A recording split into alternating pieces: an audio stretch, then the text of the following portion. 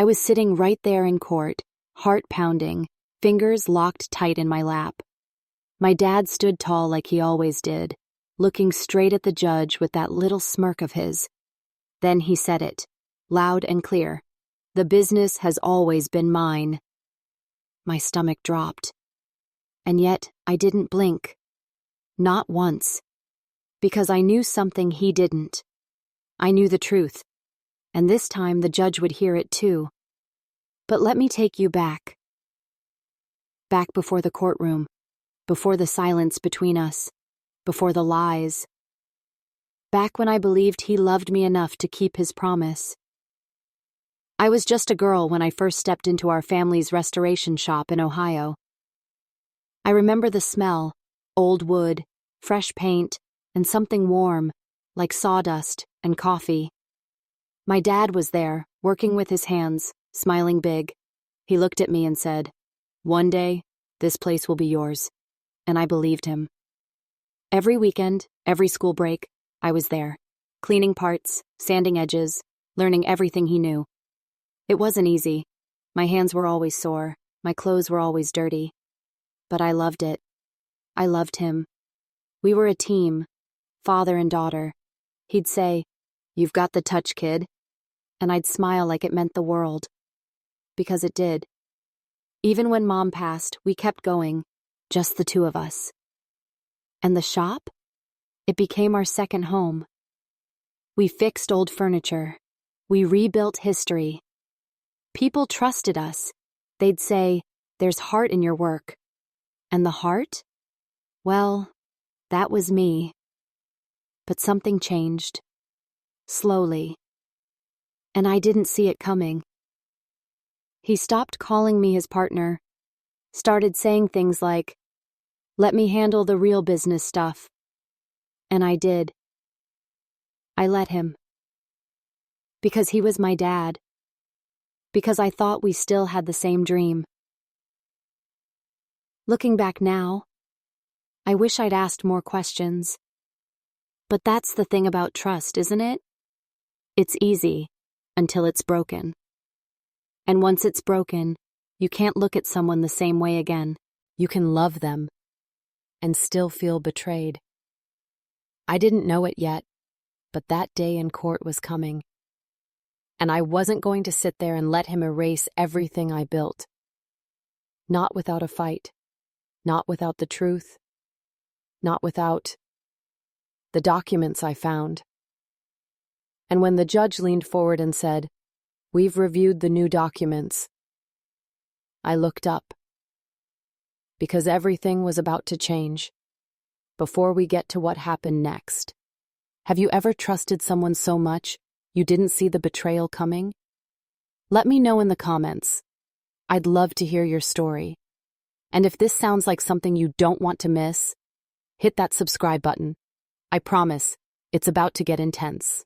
When I was a little girl, my dad was my whole world. He could fix anything. Tables, chairs, broken clocks, even my scraped knees. People looked up to him. I did too. He used to say, "One day, Maya, this shop will be yours." I'd nod and smile, already picturing my name on the sign. Back then, I thought we were building something together. Not just a business, but a future. A family legacy. We didn't have much, but we had each other. And that old shop? It was magic to me. The way sunlight hit the windows in the morning, the smell of sawdust and varnish in the air, the sound of old hinges coming back to life. I still remember the first time I fixed a chair on my own. I was 12. Dad watched me work in silence, then clapped once and said, "You've got it. You've really got it." I wore that praise like a crown for weeks. But then, Jake came home. My older brother. He hadn't been around much, moved out young, said the shop was too boring. He wanted fast cars, late nights, easy money. The kind of life that didn't come with calloused hands. For years, we barely heard from him.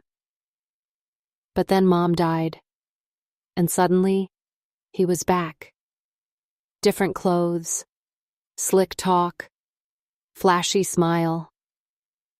He walked into the shop like he owned it. I tried to welcome him. I really did. We were family, after all. But right away, things felt off. He'd crack jokes about the dusty old place and suggest changes like turning it into a cafe or renting it out. Dad laughed. I didn't.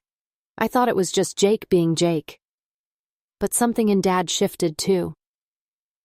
He started listening to him, started asking his opinion on things we'd never let an outsider decide. And I started feeling like an outsider in my own life. The quiet hurt more than yelling ever could. One day, I came into the office and saw Jake sitting in Mom's old chair, feet up on the desk, laughing on the phone. Dad didn't say a word. That night, I asked Dad if he still meant what he'd said about the shop, about me. He looked away and mumbled, "Things change, Maya." That broke me, because things weren't supposed to change like that. Not after everything we'd been through. Not after everything I gave. But I tried to brush it off, told myself it was just grief talking, told myself he still saw me, still believed in me. Then, a few weeks later, a letter came in the mail. I found it tucked behind the counter when I was cleaning. It had Dad's name on it, but the seal was broken. Curious, I peeked inside. It was from a law office. Something about asset restructuring and transitional ownership. I asked Dad about it the next day. He said, "Oh, that? Just boring paperwork. Nothing to worry about." I wanted to believe him. I really did. But that's when I felt it. A cold shift in my gut, like the first gust of wind before a storm, because my dad was hiding something, and I didn't know it yet. But that letter was just the start. Something else was going on behind my back, and soon, I'd follow that letter straight into the one place my father never expected me to go. After that letter, I couldn't stop thinking. My dad had always told me everything, so why hide this? What was he restructuring, and why now? I tried to push the thoughts away, but every time I stepped into the shop, the feeling got stronger. Something was off. The numbers weren't adding up. Supplies went missing. Invoices weren't where they used to be. And Jake? He was suddenly everywhere, ordering new tools without asking, giving advice to workers like he ran the place. Then one afternoon, I saw him handing a folder to a man I didn't recognize. The man looked sharp, fancy suit, slick hair, didn't belong in our dusty shop. I watched them from the hallway. They didn't see me. Jake handed over the folder like it was gold. The man smiled and nodded, then said something I'll never forget. "The transfer will go smoothly. He just needs to sign." Transfer? Of what? That night, I asked Dad again. I tried to stay calm, gentle. "Dad, what are you signing over?" He gave me a tired look and said, "It's just for taxes, Maya. Legal stuff. You wouldn't understand." That stung. Because I did understand. I understood more than he gave me credit for. I walked away, but my mind was racing. And then, something strange happened. A few days later, I got a call from the bank. A friendly voice asking to confirm I'd been removed from the joint business account. Removed? I never asked for that. "Are you sure?" I asked, my voice shaking. "Yes," they said. "It was requested and signed by both parties." Both? I never signed anything. My hands went cold. I drove straight to the shop. Jake was there, leaning on the counter, grinning. He said, "Heard you got a call. Guess you're not as important as you thought." I wanted to scream, but instead I walked away, went to the back room, shut the door, and cried. Not because of the money, because I finally saw it. My dad wasn't protecting me. He was cutting me out. And Jake? He was helping him do it. I sat there in the dark, trying to remember when it started. When did the man who taught me to sand wood and fix hinges become someone I couldn't trust? I wiped my eyes and made a choice. I wasn't going to sit back and watch them take everything. Not without answers. Not without proof. The next day, I followed that man in the suit, the one Jake had given the folder to. I waited by the coffee shop across from the law office, watched him walk in, and waited. When he came out, he left behind something better than a folder. A name on the door. A name I'd see again soon. Because that was the day I realized. This wasn't about family anymore. It was about power. And I was about to fight for mine. What I found in that law office would change everything and show me just how deep the betrayal really went. The law office was quiet, cold even. I sat in the waiting room, pretending to scroll through my phone, heart racing so loud I could barely hear. When they finally called my name, I smiled, stood up, and walked in like I belonged. The woman behind the desk looked surprised. "Are you here on behalf of Mr. Thomas?" I nodded. "Yes, I just need to confirm something about the ownership paperwork." She hesitated, then tapped on her computer. "I'm only allowed to show you what's on file for your father's business account." That was enough. Because when the screen turned toward me, I saw it. Jake's name. Under co-owner. Under authorized signature. Next to Dad's. Not mine. Not even once. My name had been completely erased.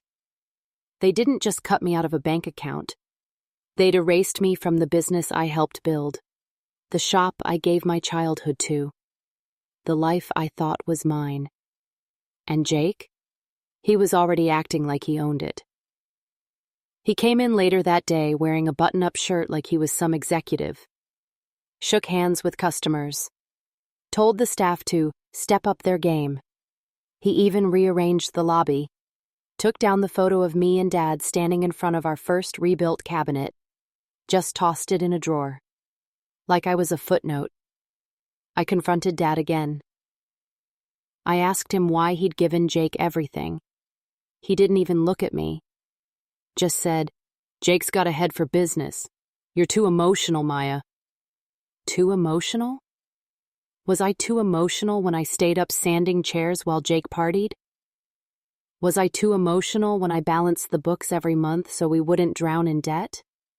Or maybe I was just too visible now, too strong for him to control. Jake stood behind him, smug as ever, arms crossed, like he'd already won. He said, "Face it, sis. You were never meant to run things." That broke something in me, something I'd been holding on to for years. The idea that we were still Ami. That blood meant loyalty. It didn't. Not anymore. But I didn't scream. I didn't cry. I just nodded, turned around, and walked out of the shop with my head held high. Because if they thought they could erase me quietly, they had no idea who they were dealing with. The next day, I got a message from one of our old mechanics, Danny. He'd worked with Dad for over a decade. He said, "I don't like what they're doing to you. Meet me tonight." And when I showed up, he handed me a small envelope. Inside were copies of documents, contracts, ownership drafts, account updates. Some of them had my name on them, but they'd been crossed out. Some of them had my signature, only it wasn't mine. I stared at those papers, hands shaking. "Are these real?" I asked. Danny nodded. "I thought you should know. This isn't just shady. It's illegal." Illegal. My father, my brother, forging my name, to steal what was mine. I felt like the floor disappeared beneath me. But then Danny said something I'll never forget. "You've got fight in you, Maya. I see it. Use it." And right then, I knew I would. Because I wasn't the little girl in the workshop anymore. I was the woman who built that business. And I was going to take it back. But to do that, I needed help. And the person I turned to would unlock a secret my father never wanted me to know. The envelope Danny gave me didn't just hold papers. It held the truth. Proof that my own father, my flesh and blood, had crossed the line. He hadn't just pushed me aside. He had signed my name, faked it, on legal documents, to take everything I worked for. I sat in my car for a long time after that. I didn't cry. I didn't scream. I just stared at those pages one by one. And with each one, the weight in my chest got heavier. You know that moment when your heart just gives up? When you realize someone you loved never really saw you? That was me, in that driver's seat, hands frozen on the steering wheel. I thought about going home, pulling the blankets over my head and letting it all go. But then I remembered something Mom used to say. When they slam a door in your face, build your own house. And just like that, the fire came back. I drove straight to the shop. Jake was at the counter, laughing with a customer like nothing was wrong. Dad was in the office. I walked in without knocking, held the papers up. "I know what you did." He didn't deny it, didn't flinch. He just leaned back in his chair and said, "You wouldn't understand. I had to do what was best." Best for who? Jake? The son who ran off when things got hard? The one who only came back when there was money to grab? I asked him that. You know what he said? "Jake's a man, Maya. This kind of thing, it's better in his hands." That's when I broke. All the years I gave. All the nights I stayed late, making sure payroll went through. All the weekends I missed birthdays, holidays, just to keep the doors open. And now I was too emotional? Not fit to lead? I looked him dead in the eye and said, "Then this is the last time I ever step foot in this office." He didn't stop me. Didn't say a word. I packed up my things in silence. Photos, notes, a little wooden box Mom gave me the year she died. As I walked out, Jake, L.A., leaned against the doorway. "You can always get a job at the front desk," he smirked. I didn't answer, but in my head, I made a promise. They took everything from me. But I still had one thing they couldn't steal. My fight. That night, I sat on my living room floor and went through every paper Danny gave me. One line caught my eye. A date, a signature, a name I hadn't seen in years. Carter Legal Services. Something about it rang a bell. Then I remembered. Mom's best friend was a lawyer. Her name was Rachel Carter. I hadn't seen her since the funeral, but I remembered what she whispered to me that day. "If they ever try to silence you, come find me." I grabbed my phone and searched for her office. Still open, still in town. I called. A voice answered, warm and strong. "Rachel Carter speaking." I didn't cry, not yet. I just said, "I think I need your help. They took everything, and I have proof."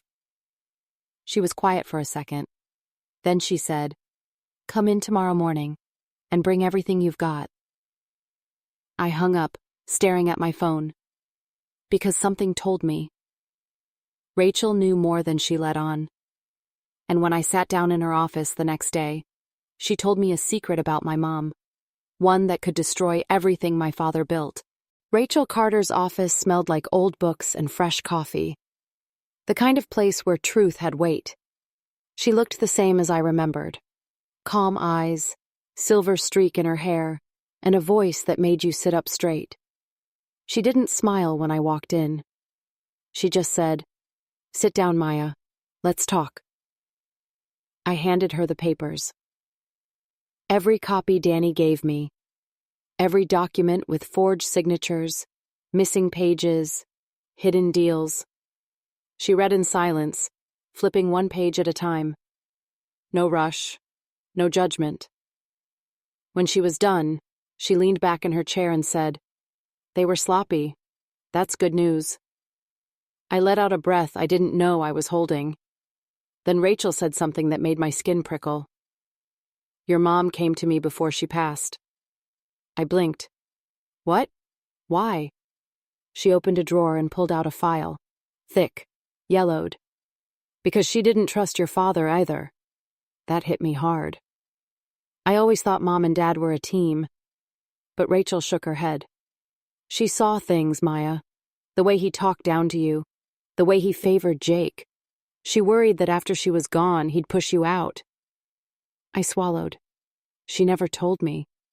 She wanted to, but she thought it would only make things worse, so she did something else instead. Rachel slid the file across the table. Inside, an updated will, not from my father, from my mother. It was dated 2 weeks before she died, and in that will, she left her shares of the business to me. Full control. It was right there in black and white. Her signature, Rachel's signature. Witnessed, notarized, legally binding. I sat there staring at it, hands shaking. "Why didn't Dad ever tell me?" Rachel looked tired. "Because he never filed it. He didn't want you to have control. He wanted it all for himself, and for Jake." That was the moment something inside me shifted. All those years, I thought I was working for our dream, but really, I was working under the illusion of love. Now, I had something real. A weapon. Rachel leaned forward. "You have a case, Maya. A strong one. Fraud, forgery, suppression of a legal will." I looked her in the eyes. "Can we win?" She smiled, just a little. "We won't just win. We'll make sure the judge sees exactly who they are." The next few days were a blur of meetings, documents, signatures. Rachel built the case like a house, brick by brick. She even got a forensic analyst to review the signatures on the fake documents. The expert confirmed what we already knew. My signature had been forged. But Rachel didn't stop there. She filed a formal complaint against the law firm Jake and Dad used. That shady lawyer? He'd handled the transfer knowing the papers were fake. He was in trouble too, and as all of this came together, I started to feel something I hadn't felt in months. Strength. Not the kind you get from lifting heavy things, the kind that grows when you know you're standing in the truth. One night, Rachel called me. Her voice was steady, serious. "We're ready. Your court date is set. Next Friday." My heart pounded, but not with fear, with fire. Because after everything they took, after every lie they told, I was about to face them in front of a judge.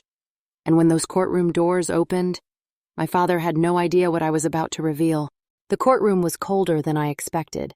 Not the kind of cold you feel on your skin, but the kind that settles in your bones. I sat at the table with Rachel, dressed in a simple black blazer. No makeup, no jewelry, just me. Me, and the truth. Jake walked in first, cocky, smooth, nodding at people like it was a business meeting. Then came Dad. He didn't look at me. Not once. He sat down across the room, arms crossed, jaw tight. I think for the first time. He looked nervous. The judge entered, and everyone stood. My heart was pounding so loud I could hear it in my ears. Then it began. Rachel started with a calm voice. "Your Honor, today we present evidence of fraudulent activity, signature forgery, and a concealed will, all used to take control of a business built by our client, Maya Thomas." The judge raised an eyebrow. "Continue." Rachel did.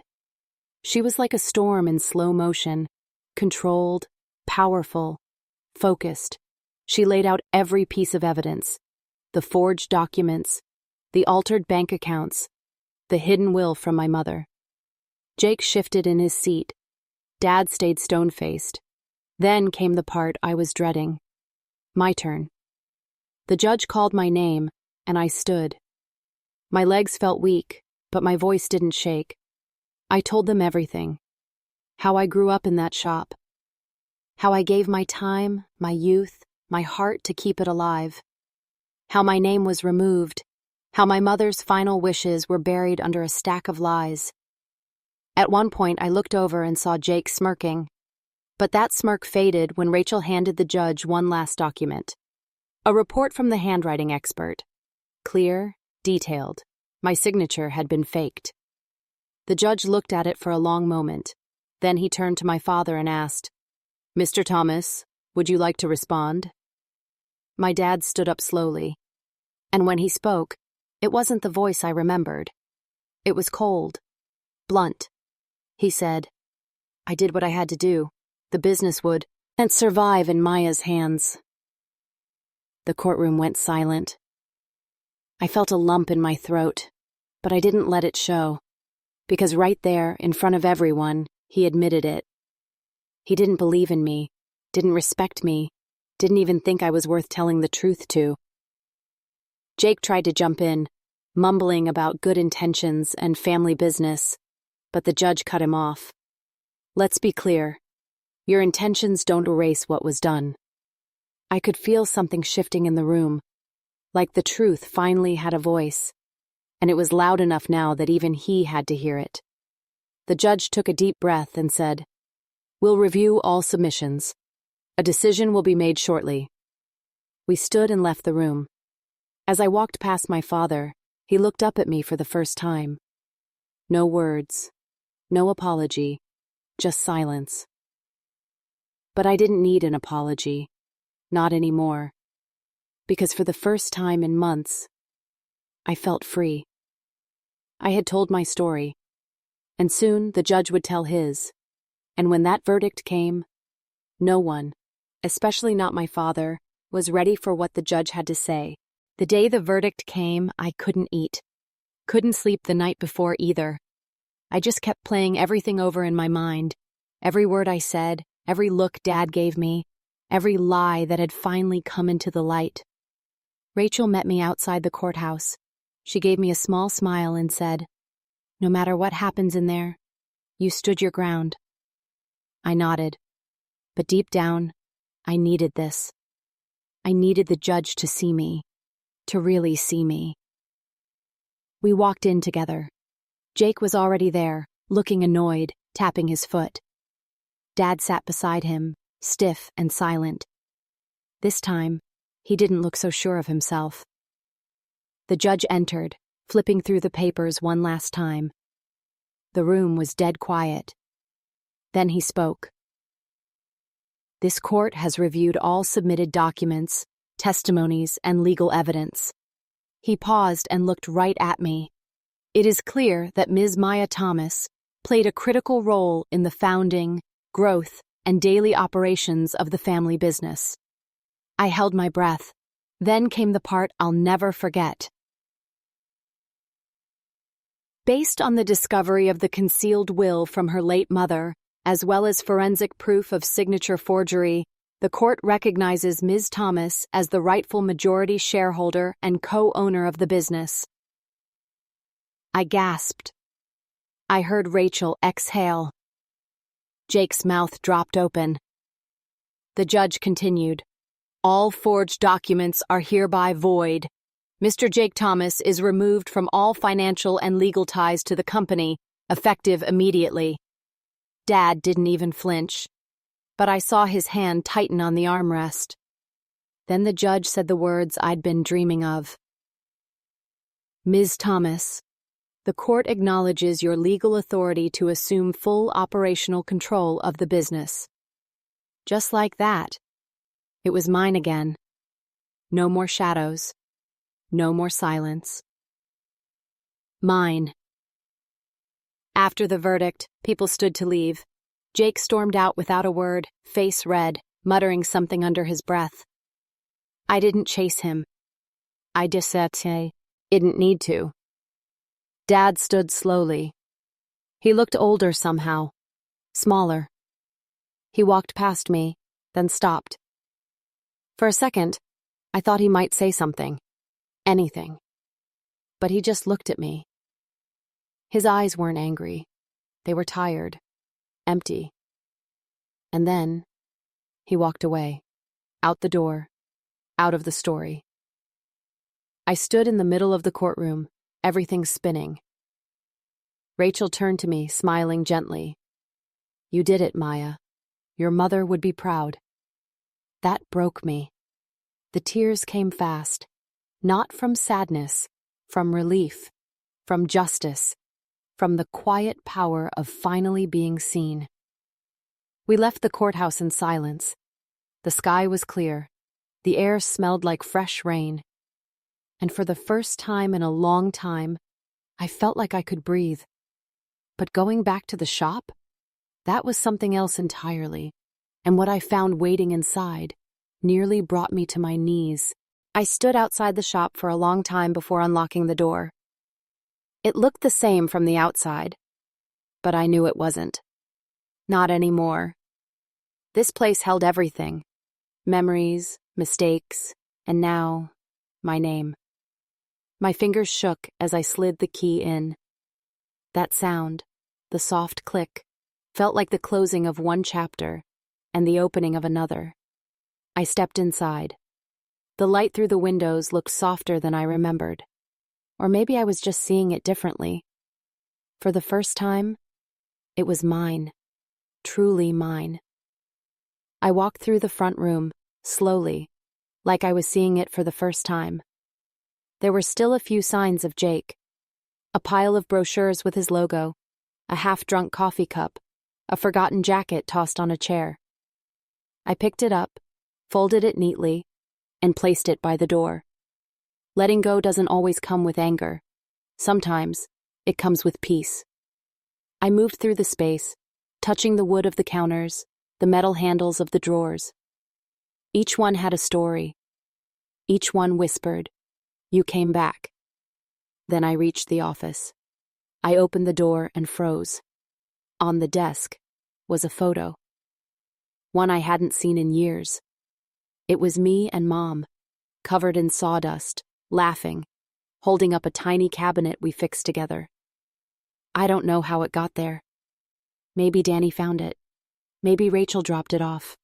Or maybe Mom was still with me somehow. I sat down in the chair, Dad's old chair. But now, it didn't feel like his. It felt like it was waiting for me. I opened the drawer and took out a fresh notepad, wrote the first words at the top. Thomas Daughter Restoration. A new name. A new beginning. Later that day, Danny came in. He smiled wide when he saw me behind the desk. "Told you they didn't know who they were messing with," he said. I laughed for the first time in weeks. A real, full laugh. Then I asked him if he'd stay on. He nodded. "Wouldn't want to be anywhere else." I spent the next few days cleaning up, rewriting orders, calling old clients, letting them know the heart of the business was back. People were kind, supportive. One woman even said, "I stopped coming after Jake changed everything, but I always hoped you'd come back." And just like that, the shop came alive again, like it had just been waiting for me to walk through the door. Every piece of wood, every old nail, every ticking clock, like they all remembered who I was. Not Jake's sister, not my father's helper, but Maya. The woman who gave everything to this place. The woman who wasn't afraid to take it back.